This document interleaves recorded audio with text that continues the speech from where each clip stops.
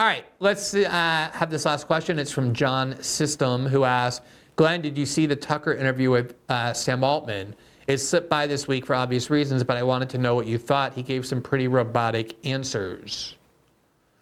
I strongly encourage you to watch this interview if you haven't yet. Tucker Carlson interviewed the CEO of and primary stakeholder of ChatGPT, Sam Altman. I don't really know why Sam Altman agreed to this interview. I can guarantee you afterward he regretted it. I think he only agreed to do it for an hour. That's how long it was. I'm sure Tucker would have gone longer. I almost felt sorry for Sam Altman by the end of it. Tucker came extremely prepared for that interview. It was very, I wouldn't say aggressive, but unflinching. Because he knew he was talking to somebody extremely powerful. He's in control of technology, the power of which we don't fully understand, that he doesn't even fully understand. That becomes very evident through this questioning. I think one of the things that it's important to realize about this interview is that I wouldn't even say Sam Altman is a poor communicator. A poor communicator is somebody who struggles to coherently express their ideas or articulate their ideas in a way that makes manifest to other people what they're trying to say. But you say someone's a poor communicator, it generally means they struggle with it. It's kind of hard to follow what they're saying. They're not very charismatic. They're not very persuasive. They're not very articulate. But at the end of the day, you kind of get it. Sam Altman is like an anti-communicator, almost in a way that I haven't quite seen before. And by that I mean that even when he's saying things that are reasonable, maybe even uncontroversial, there's something about the way he says it that makes you feel like he's lying.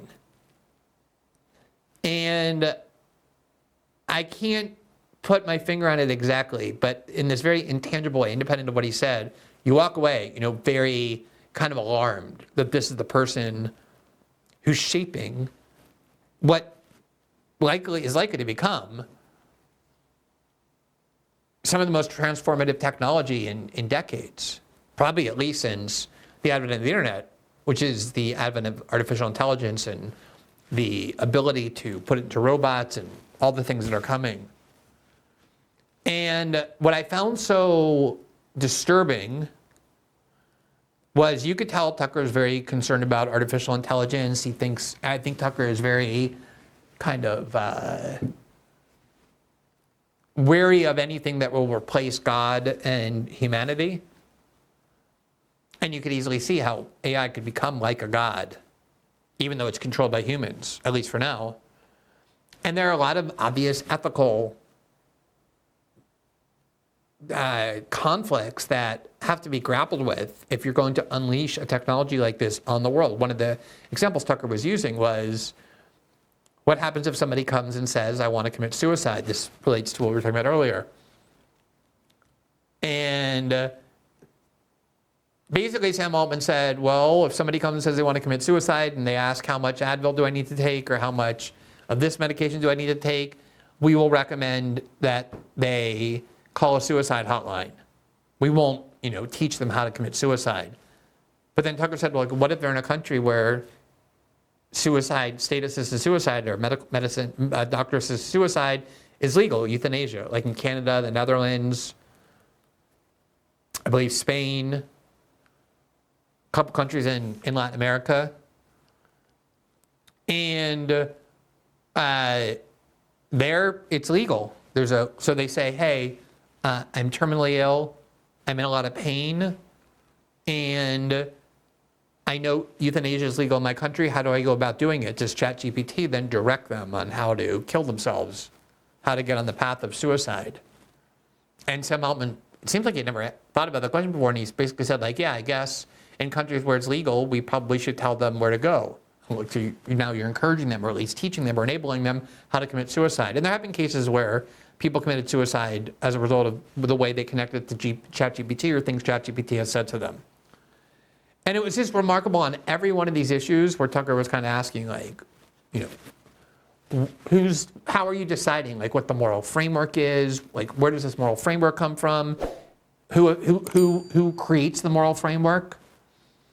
he kind of said, well, I have a board of advisors. And then Tucker was like, who are they? And he's like, I don't want to dox them. Ultimately, it's my decision. So Tucker said, well, what is your moral framework informed by? He basically said he doesn't really have a relationship with God. He doesn't have any experiences where he feels like he connected to a supernatural being.